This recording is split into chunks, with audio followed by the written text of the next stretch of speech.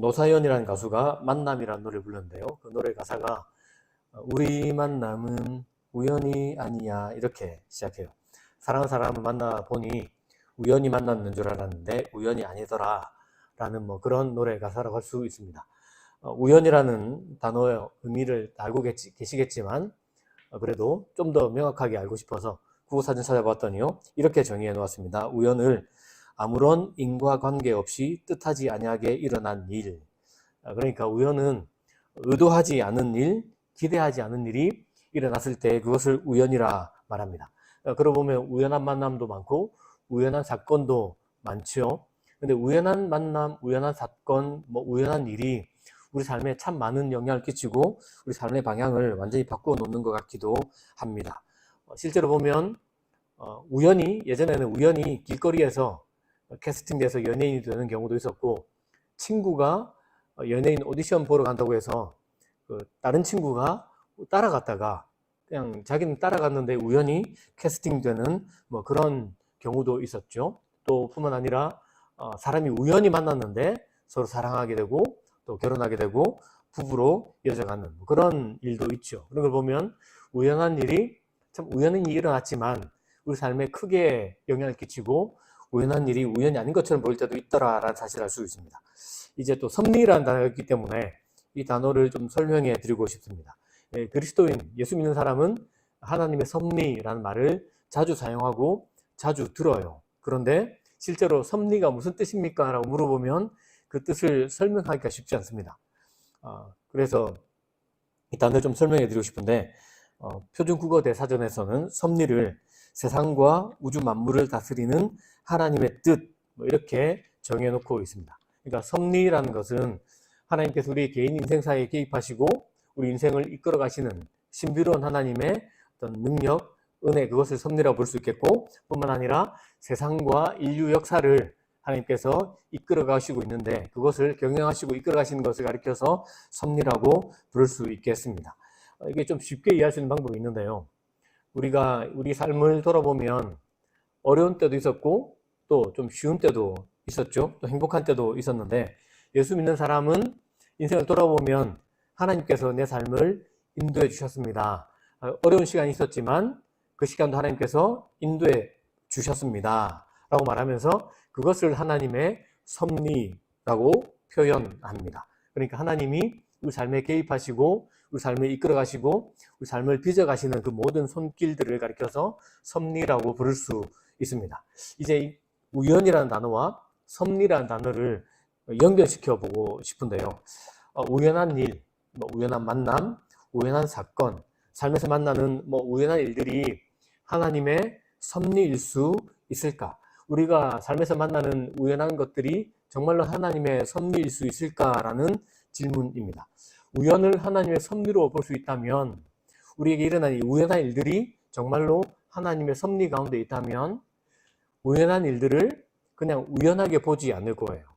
우연한 일들 그 속에서 하나님이 어떻게 일하시는지도 볼 수 있고 우리 일상에서 일어난 우연한 일들을 전혀 다른 관점으로 보게 되겠죠. 뿐만 아니라 우리 인생뿐 아니라 세상에서 일어나는 일들, 인류 사회에서 일어나는 일들을 보면서 거기에는 좋은 일도 있고 안 좋은 일도 있어요. 힘든 일도 있고 고통스러운 일도 있는데, 그럼에도 불구하고 그 모든 일들을 하나님께서 섭리해 가시고 하나님 뜻을 이루어 가시는 데에 사용하실 수 있다라고 볼 수 있겠죠. 다시 말해서 우연한 일을 하나님의 섭리라고 볼 수 있다면 내 인생을 보는 시선이 달라질 수 있고 또 세상을 보는 안목이 전혀 다른 차원으로 깊어져 갈 수 있습니다. 그렇다면 다시 질문할 수 있죠. 우연은 하나님의 섭리일 수 있을까? 그 대답을 본문에서 찾을 수 있습니다. 먼저 2장 1절 말씀을 함께 읽어보고 싶은데요. 화면을 보면 다른 버전이 뜹니다. 화면을 보면서 같이 한번 읽어보겠습니다. 룻기 2장 1절입니다. 시작. 나오미에게는 보아스라는 친척한 사람이 있었다. 그는 자기 남편 엘리멜렉의 집안에 속한 유력한 사람이었다. 1장까지는 이 보아스라는 사람의 이름이 나오지 않아요. 그러니까 룻기 이야기를 들으면서 사람들은 보아스라는 사람을 몰라요. 그런데 갑자기 2장 1절에 가서 보아스라는 사람이 툭 튀어나오죠. 갑자기 이렇게 툭 튀어나오면서 보아스라는 사람을 들려주면서 그 보아스가 나오미, 남편이었던 엘리멜렉과 친척 집안에 있었고 또 친척 중에서도 아주 유력한 사람이었다라는 사실을 덧붙여 놓습니다. 갑자기 혹은 느닷없이 혹은 우연히 보아스라는 사람 이름을 등장시키고 난 다음에 그 사람이 나오미와 친척 관계에 있고 그래서 룻과도 어떤 관계가 있을 것으로 짐작할 수 있고 또 그 사람이 유력한 사람이라는 사실을 알려주면서 이 사람이 앞으로 이야기에서 어떤 역할을 할 것이다라는 것을 기대감을 갖도록 만들어줍니다. 그러고 난 다음에 룻의 저자는 바로 다시 룻의 이야기로 룻과 나오미의 이야기로 흘러가는데요. 룻에게 좀 초점을 맞추면서 성경 말씀을 들려줍니다. 룻이 다시 우리가 룻에 가고 싶은데 룻이 고향으로 돌아왔습니다. 베들레헴에 돌아와서 며칠의 시간이 아마 지나지 않았을까 싶은데요. 지난 이후에 그들이 삶이 나아지지가 않았어요. 그때 보리 추수하던 때에 돌아왔다라고 했습니다. 텅 빈 베들레헴이 이제 여기저기에서 빵 굽는 냄새로 가득한 빵 굽는 냄새 솔솔 피어오르던 때에 돌아왔다고 말씀드렸죠. 그런데 하나님 은혜를 베풀어 주셔서 베들레헴에 빵이 있었고 먹을 것이 있었는데 룻과 나오미에게는 그렇지 않았습니다. 나오미와 룻과 나오미에게는 그림의 떡과 다르지 않습니다. 왜냐하면 나오미가 베들레헴을 떠날 때에 그 모든 것을 다 정리하고 떠났습니다. 자신의 소유를 다 정리하고 떠났다는 것을 알 수 있습니다. 그렇다면 룻이 나오미가 뭘 거두어드릴 뭐가 없는 겁니다. 게다가 땅이 있다고 하더라도 농사를 짓지 않았어요. 농사를 짓지 않았기 때문에 거두어드릴 그런 곡식이 전혀 없었습니다. 베들레헴에는 여기저기에 보리가 가득하고 사람들이 추수해서 보리빵을 만들어 먹는데 나오미와 룻에게는 먹을 것이 전혀 없는 겁니다. 베들레헴에 빵이 많다는 것, 많은 사람들이 빵을 굽고 먹을 것이 있다는 것 자체가 먹을 것이 전혀 없었던 나오미와 룻에게는 오히려 더 힘든 일일 수 있다는 것을 알 수 있습니다. 상대적인 박탈감을 느낄 수 있고 그래서 오히려 더 불평하고 불만을 쏟아내도 전혀 이상하지 않은 순간이라고 할 수 있겠습니다. 그때 룻이 어떤 태도를 보여줍니다. 사실 이런 상황이라면 불평할 수도 있고 원망할 수도 있고 짜증낼 수도 있고 화를 낼 수도 있지만 룻은 전혀 다른 태도를 보여주는데요. 2절 말씀이 그렇습니다. 제가 읽어드리겠습니다. 어느 날 모압 여인 룻이 나오미에게 말하였다. 어느 날 이렇게 시작하죠. 베들레헴에 돌아온 지 며칠이 지났고 그들이 먹을 것이 전혀 없어서 힘든 순간이 되었고 다른 곳에는 빵 냄새가 나는데 우리 먹을 것이 전혀 없었던 그 어느 날을 말하는 겁니다. 어느 날 모압 여인 룻이 나오미에게 말하였다. 밭에 나가볼까 합니다. 혹시 나에게 잘 대하여 주는 사람을 만나면 그를 따라다니면서 떨어진 이삭을 줄까 합니다. 나오미가 룻에게 대답하였다. 그래, 나가보아라. 다른 사람 잘 나가고 잘 먹을 때에 먹을 것이 없었던 룻과 나오미, 불평하는 것이 아니라 룻이 불평하지 않고 자신이 할 수 있는 일을 찾고 그 일을 하려는 모습을 보여주죠. 이것 자체도 굉장히 주목할 필요가 있습니다.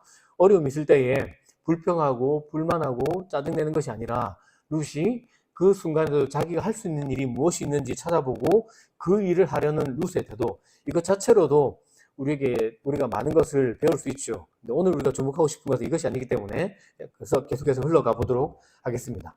룻이 말합니다. 어머니, 제가 다른 사람 밭에 가서 이삭을 좀 줍겠습니다. 근데 질문이 생기죠. 다른 사람 밭에 가서 이삭을 주어도 괜찮을까요?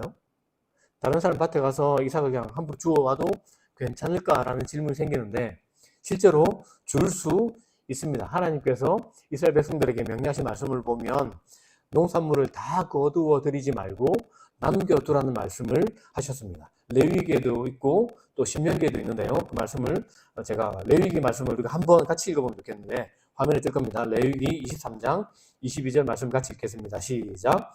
너희는 너희 땅의 수확물을 거둘 때 내가 거두는 그 밭의 모퉁이까지 다 베지 말며 내 수확물의 이삭도 줍지 마라. 그것은 가난한 사람과 거류민을 위하여 남겨두어라. 나는 여호와 너희 하나님이시다. 하나님께서 거류민과 고아와 가난한 사람을 위해서 다 거두지 말고 좀 남겨두라 라고 말씀하셨죠. 그래서 하나님 말씀에 따르면 가난한 사람이 그걸 거둘 수 있어요. 룻이 거둘 수 있다라는 뜻입니다. 신명기에는 또 이런 말씀이 있습니다. 좀 길기 때문에 제가 읽어드리겠습니다. 내가 내 밭에서 추수할 때 들에서 곡식 한 단을 잊어버렸거든.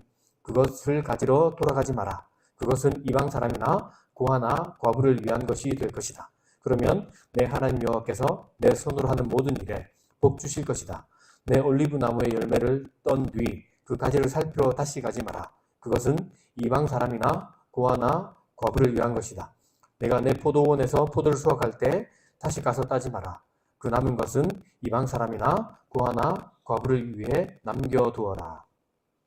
하나님께서 고아, 또 이방인, 과부, 가난한 사람들이죠.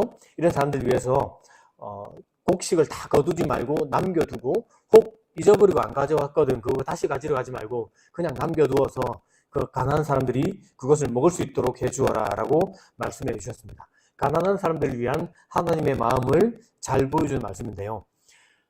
룻이 이 말씀을 알았을 수도 있습니다. 그런데 몰랐을 가능성이 훨씬 높죠. 이것은 사실 그렇게 크게 중요하지 않습니다. 어쨌든 이스라엘은 이런 법을 가지고 있었기 때문에 룻이 나가서 줄 수 있었습니다. 룻은 이 사실을 알고 나왔을 수도 있고 목구멍이 포도청이라고 하죠. 먹고 살기 위해서 어쩔 수 없이 나갔어야 했을 수도 있습니다. 어쨌든 룻이 이삭을 줍기 위해 나갔다는 사실이 중요하고, 그런데 더 우리가 기억해야 될 것은 이삭 줍는 일이 쉽지 않은 일이었다는 사실입니다. 이삭을 줍는 일이 쉬운 일이 아니었습니다. 실제로 성경을 보면서도 이것이 쉬운 일이 아니었음을 가르치는 말씀들이 여러 곳 있는데요. 시편 94편, 이사야 9장, 10장, 예레미야 7장, 욥기 24장 등을 보면 고아와 객과 과부를 위해서 남겨두지 않았던 모습을 보여줘요. 그러니까 이스라엘 백성들이 남겨두라는 말씀이 있었는데 하나님의 말씀을 잘 지키지 않았던 때입니다. 특별히 룻이 어느 시대 사람입니까? 사사시대 사람이에요. 1장 1절을 보면 그때가 사사시대라 가르쳐주고 있죠. 사사시대 사람들은 하나님을 왕으로 모시고 있던 그런 사람들이 아니라고 할 수 있습니다. 그렇기 때문에 하나님의 말씀을 무겁게 여기지 않았던 시대라고 할 수 있습니다.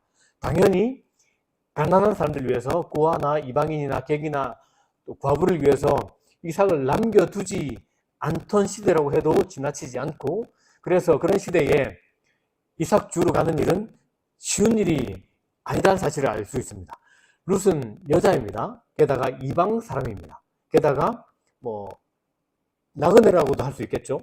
이런 이방 여인이 이삭을 주러 가면 그것은 얼마든지 어려움을 당할 수 있는 일이기도 하고 수치를 당할 수도 있고 어려움을 당할 수 있는, 큰 어려움을 직면할 수도 있는 그런 일이라고 할 수 있습니다.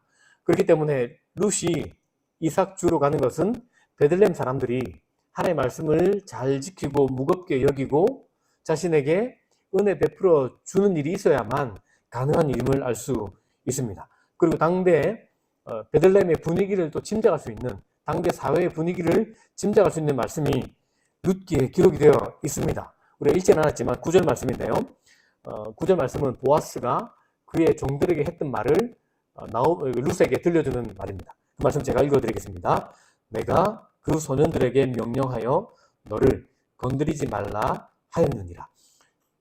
보아스가 자기 종들에게 저 룻이라는 소녀 건드리지 마, 건드리면 안 돼 라고 말했다고 알려주는 말인데요. 이 건드리다 말 자체가 만지다, 때리다, 해를 가하다 이런 뜻을 가지고 있습니다. 그러니까 종들에게 가서 종들로 하여금 괴롭히지 말고 때리지 말고 함부로 대하지 말아라 라고 일러두었다 라는 것을 알 수 있습니다. 그러니까 보아스가 그렇게 일러두지 않으면 종들이 그렇게 할 수 있었다라는 뜻이고, 룻은 어려움을 겪을 수 있었다라는 뜻입니다.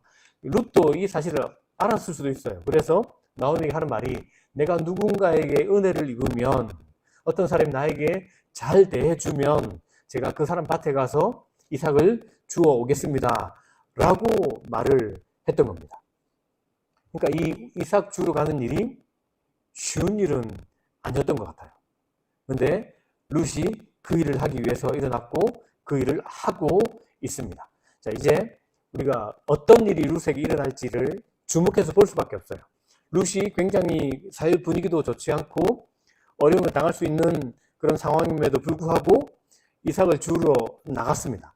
그러면 룻이 진짜 어려움을 당할까? 아니면 룻이 이삭을 많이 주워 올까? 아니면 룻이 빈손으로 다시 집으로 돌아오게 될까 추측할 수 있고 이걸 짐작하면서 볼 수 있는데요.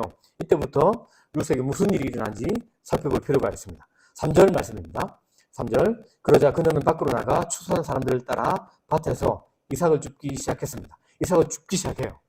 이게 은혜가 있구나라는 사실을 발견할 수 있습니다. 그런데 우연히도 그녀가 일하고 있던 곳은 엘리멜렉의 친척인 보아스의 밭이었습니다. 우연히 어떤 일이 일어나고 있음을 가르쳐 주는데요. 여기는 숨어있는 우연도 있습니다.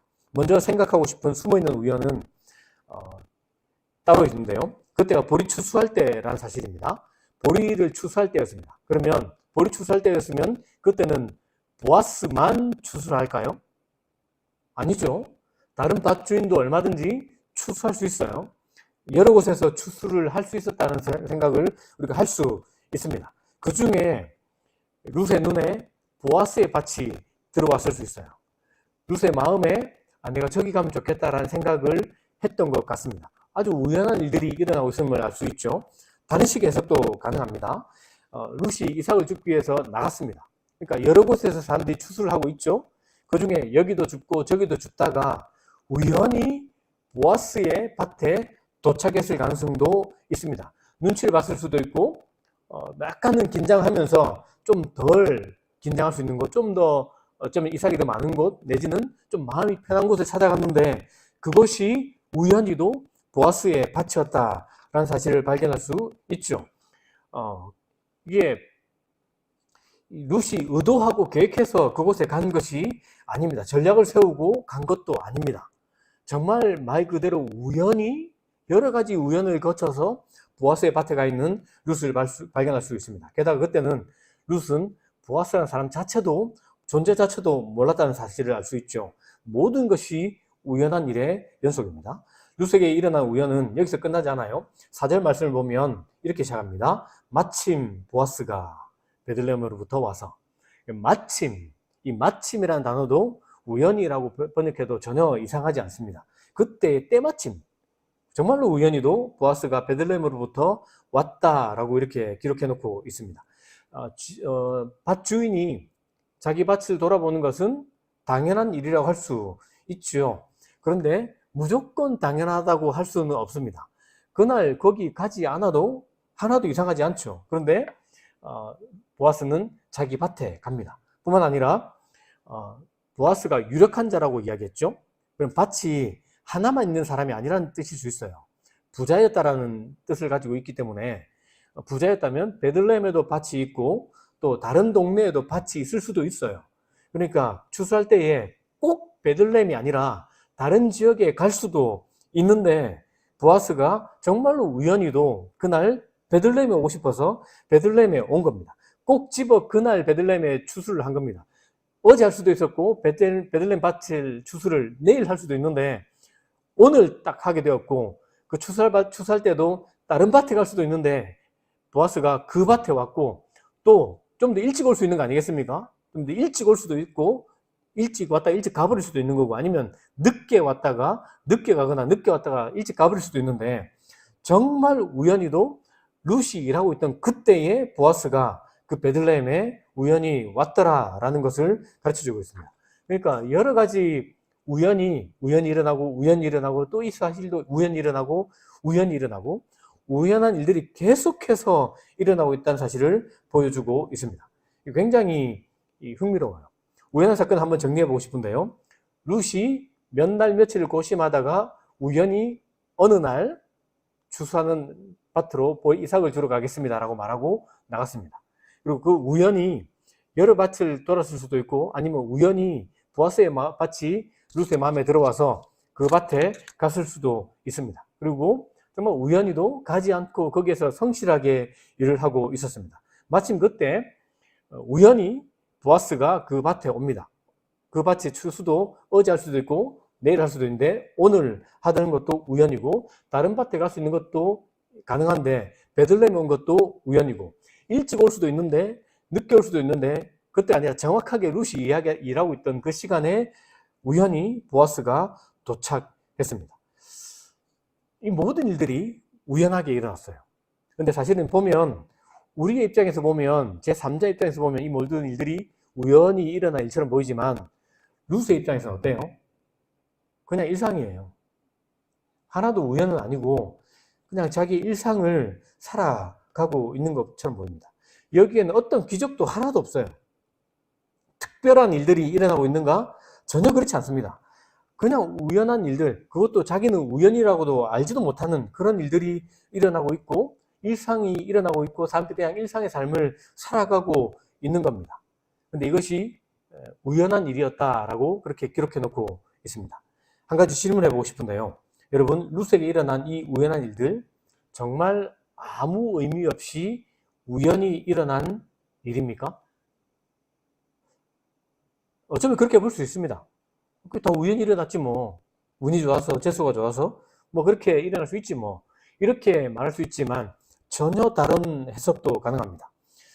말 그대로 우연히 일어난 일 맞습니다. 룻기 기자도 이 일들은 우연히 일어났다라고 기록해 놓고 있습니다. 그런데 이 우연한 일들이 정말 정확하게 꼭 필요한 순간, 꼭 필요한 사람, 꼭 필요한 장소에서 꼭 필요한 시간에 일어나던 것을 보여주고 있습니다. 여러분, 그렇기 때문에 이 우연한 사건의 연속을 우리는 얼마든지 하나님의 섭리로 해석할 수 있습니다. 하나님 우리 개인의 인생에 개입하시고 일어나는 모든 일들을 통해서 하나님의 뜻을 이루어 가시는 하나님의 섭리로 볼 수 있는 겁니다. 여러분, 하나님의 섭리라는 시선으로 그날 그 장소에서 룻에게 일어난 이 사건을 해석해 보면 여러분 참 놀라운 일들을 알 수 있습니다. 여러분, 룻이 이삭을 주우러 갔던 일, 우연히 보아스의 밭에 이르게 된 일, 딱 정확히 그 시간에 우연히 보아스가 오게 된 일, 우연히 일어난 모든 일들이지만 이 모든 일들은 하나님의 섭리한 가운데 있을 뿐 아니라 하나님은 이 우연한 일들을 통해서 룻의 인생에 개입하시고 이 우연한 일들을 통해서 보아스의 인생에 개입하시고 이 우연한 일들을 통해서 하나님 뜻을 이루어 가시더라라는 사실을 발견할 수 있습니다. 그렇기 때문에 우연한 일이 아니고 우연한 일이 하나님의 섭리 가운데서 하나님의 뜻을 이루는 일일 수 있다는 사실을 발견할 수 있습니다. 이것을 성경적으로 증명할 수 있나? 성경이 정말로 우연한 일들처럼 보이지만 이것이 우리 인생에 일어나는 우연한 일이 아니라 정말로 하나님의 섭리 가운데 있나? 이것을 정말 성경이 지지하고 성경이 가르쳐 주나? 라는 사실을 우리가 질문할 수 있는데요. 그 대답이 성경에 있습니다. 마태복음 1장 23절 말씀인데요. 제가 읽어드리겠습니다. 동정녀가 잉태하여 아들을 낳으리니 그 이름을 임마누엘이라 하리라. 하신 말씀이 그대로 이루어졌다. 임마누엘은 하나님께서 우리와 함께 계시다는 뜻이다. 예수님께서는 육신의 몸을 입고 이 땅에 오셨습니다. 그 이유가 너무나 명확한데요. 근데 우리를 구원하기 위함이죠. 하나님의 구원의 뜻을 이루기 위함인데 그 숨은 한 가지 더 뜻이 있습니다. 하나님이 우리와 함께 계시다. 우리와 함께 계신 하나님을 보여주기 위해서 육신을 입고 이 땅 가운데 오셔서 우리와 함께 사셨습니다. 구약에서 많은 상징들이 있어요. 그 모든 것이 우리와 함께 계신 하나님을 보여주는 그런 상징이고 이미지가 있습니다. 성경도 마찬가지고요. 뭐 구름 기둥, 불 기둥도 마찬가지고 이 모든 것들이 우리와 함께 계신 하나님의 그 임재를 상징하는 건데요. 만약에 룻과 보아스 인생에도 하나님이 함께 계셨다. 그것을 우리가 믿을 수 있다면 룻과 보아스에게 일어난 우연한 일은 우연한 일이 아니라 하나님의 섭리인 거죠. 그런데 예수께서 이 땅에 오셔서 하나님이 우리와 함께 계시는 분임을 보여주고 가르쳐 주십니다. 그렇기 때문에 형통한 날이든 곤고한 날이든 힘든 날이든 그렇지 않은 날이든 그냥 평범한 일상을 살아가는 날이든 특별한 일이 일어나는 날이든 하나님은 우리와 함께 계시다라고 고백할 수 있습니다. 왜냐하면 예수님께서 육신의 몸을 입고 오셔서 하나님이 임마누엘의 하나님임을 보여주었기 때문에 그렇습니다. 그렇다면 룻과 보아스에게 일어난 이 일들은 우연한 일처럼 보이지만 하나님의 섭리 가운데 있는 일이라 할 수 있습니다. 그렇기 때문에 우리가 이 임마누엘의 시선으로 본다면 룻에게 일어난 우연한 일은 하나님의 섭리입니다.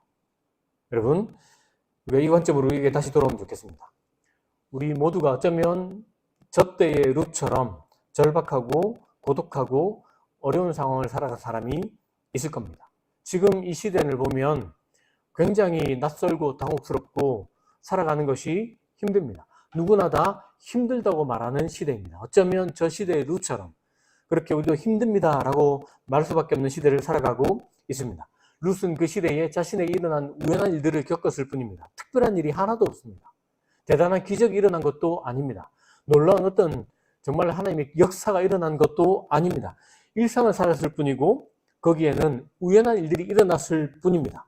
그런데 하나님은 그렇게 말씀합니다. 이 우연한 일들을 통해서 얼마든지 내가 일할 수 있고 이 우연한 일들을 통해서 얼마든지 나의 뜻을 이루어갈 수 있다. 너에게 일어나는 우연한 만남, 우연한 사건, 우연한 일들이지만 나는 그 일을 통해서 내 삶을 빚어가고 내 삶 속에서 나의 뜻을 이루어가고 하나님 나라를 이루어갈 수 있다라고 가르쳐 주는 겁니다. 이런 관점으로 우리가 우리 삶을 돌아보아야 되지 않겠습니까? 임마누엘이신 하나님, 그 하나님 우리와 함께 계시기 때문에 우리에게 일어나는 우연한 일은 우연한 일이 아닙니다. 우리는 하나님의 섭리 가운데 있는 겁니다.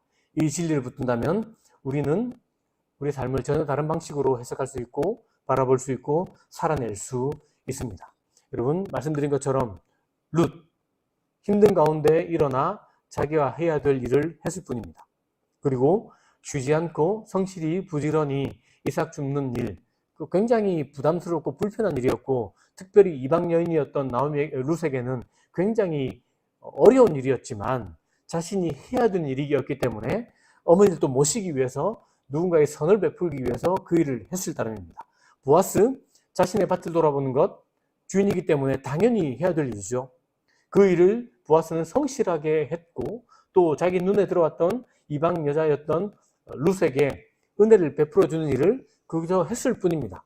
호의를 베풀어주는 일을 했는데 그런 일들이 하나님의 역사 가운데 있고 그 일상의 삶을 통해서 하나님의 역사가 이루어져 가는 것을 보여주고 있습니다.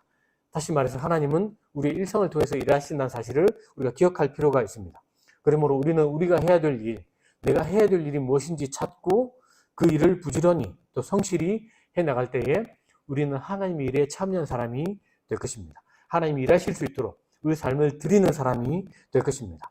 특별히 누군가에게 선을 베풀기 위해서 어떤 일을 하는 것, 또 나에게 맡겨준 일을 찾아가면서 성실히 그 일을 하는 것, 그게 별것 아닌 것처럼 보일 수 있고 정말 아무것도 아닌 것처럼 보이지만 하나님은 그런 일을 통해서 하나님 뜻을 이루어 가시고 그런 일을 통해서 놀라운 하나님의 계획을 이루어 가시고 하나님의 섭리를 성취해 가신 것을 믿을 수 있고 볼 수 있습니다. 그러므로 우리는 오늘 본문을 통해서 섭리하신 하나님을 볼 수 있고 이 하나님을 통해서 이 하나님을 신뢰할 때에 우리는 우리에게 주어진 삶을 잘 살아낼 수 있습니다. 삶이 힘들어도 정직하게 살 수 있고 삶이 고단해도 성실하게 살 수 있고 나에게 주어진 일, 내가 하는 일이 그렇게 뛰어난 일이 아니고 대단한 일이 아닌 것처럼 보여도 우리는 그 일을 얼마든지 할 수 있습니다. 특별히 누군가에게 도움의 손길을 내미는 것, 작은 일이고 아무것도 아닌 것처럼 보일 수 있지만 하나님은 그 일을 큰 일로 사용할 수 있습니다. 그 하나님의 마음을 알고 우리가 넉넉한 마음을 가지고 늘 우리에게 은혜 베풀어 주시는 하나님의 길을 따라서 살아가면 좋겠습니다. 지금도 성실하게 일하신 하나님을 닮아서 성실하게 살아가면 좋겠고 누군가에게 선을 베풀어 주시는 항상 선을 베풀어 주시는 하나님을 닮아서 우리도 누군가에게 선을 베풀어 주는 삶을 살아가면서 우리의 우연한 삶을 통해서 하나님의 섭리를 이루어가는 데 동참하고 우리의 우연한 삶을 통해서 일상의 삶을 통해서 하나님께서 일하실 수 있도록 그렇게 삶을 내어드리는 삶을 살아가는 복 있는 사람, 하나님 뜻을 이루어가는 삶을 살아가는 저와 여러분 되길 예수님의 이름으로 축복합니다.